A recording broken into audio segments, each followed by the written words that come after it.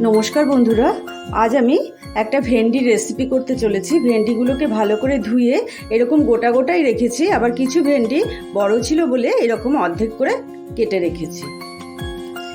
একটা কড়াই বসিয়ে দিয়েছি, কড়াইয়ের মধ্যে সামান্য পরিমাণে তেল দিয়ে দিলাম, প্রায় 3 চামচের মতো তেল দিলাম।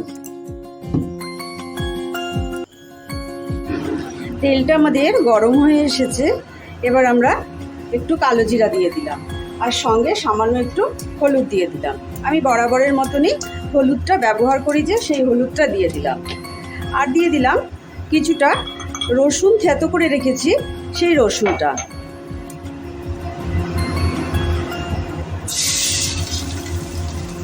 গ্যাসের ফ্লেমটা কিন্তু আমাদের মিডিয়ামে আছে। এটা একটুখানি ভালো গন্ধ বেরোলে পরে তারপর আমরা এর মধ্যে পেঁয়াজ কেটে রেখেছি, পেঁয়াজটা দিয়ে দেব। ভেন্ডির মধ্যে পেঁয়াজটা দিলে পরে কিন্তু পেঁয়াজটা বেশ ভালো লাগে খেতে। পেঁয়াজটা একটু নাড়াচাড়া করে নিচ্ছি, সে তেমন লাল করব না, কিন্তু একটু নেড়ে নেব খালি।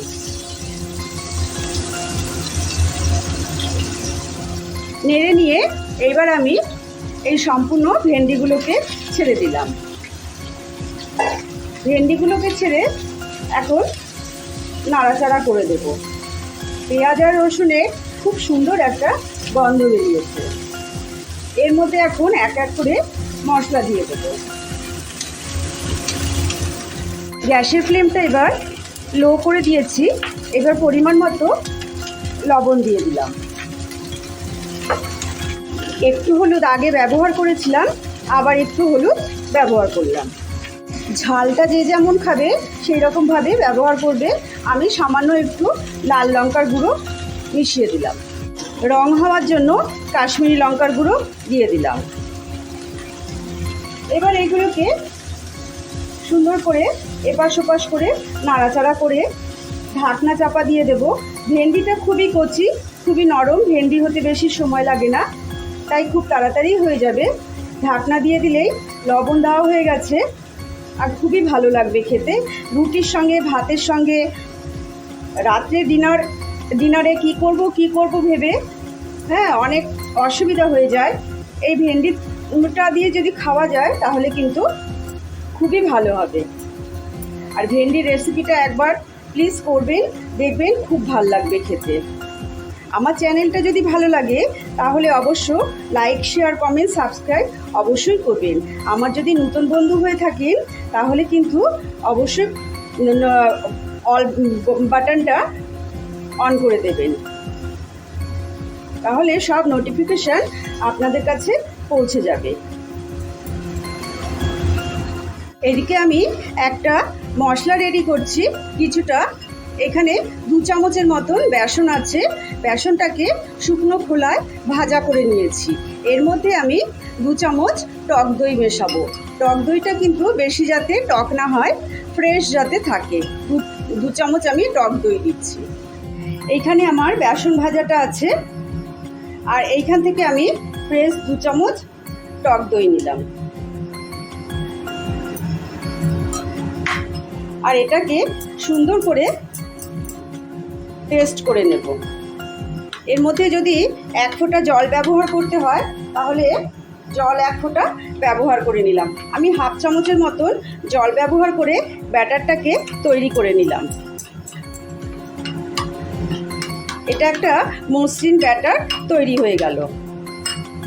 বেসনটা ফেটাতে ফেটাতে দেখুন রঙটা একদম চেঞ্জ হয়ে গেছে। ঠিক এই রকম হবে ব্যাটারটা।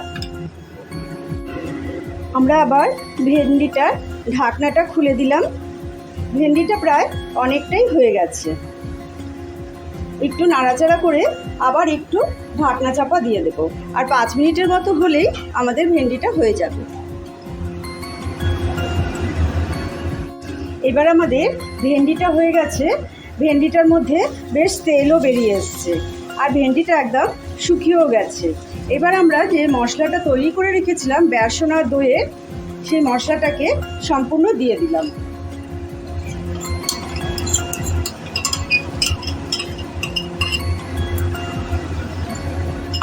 সম্পূর্ণ দিয়ে এটাকে ভালো করে একটু নাড়াচাড়া করে দিলাম।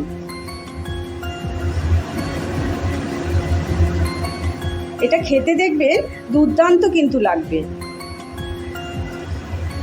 আর এইদিকে আমরা ম্যাজিক মশলা ম্যাগি এটা কিন্তু একটুখানি দিয়ে দেব।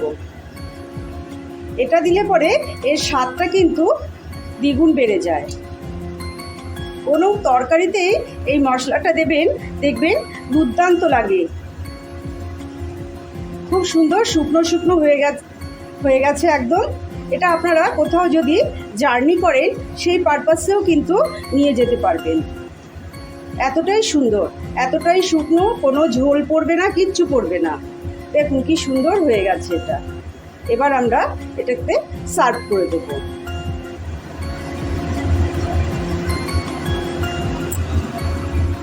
এই তরকারিটা থাকলে আপনাদের কিন্তু রুটি খাওয়ার কোনো ঝামেলাই থাকবে না।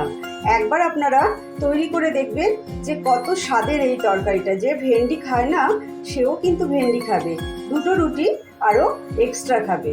যদি ভালো লাগে আমার চ্যানেলটা তবে অবশ্য কিন্তু একটা কিন্তু প্লিজ লাইক করবেন। আবার কোনো দিন হাজির হয়ে যাব নতুন কোনো রেসিপির সঙ্গে। ততক্ষণের জন্য আপনারা সুস্থ থাকবেন, ভালো থাকবেন।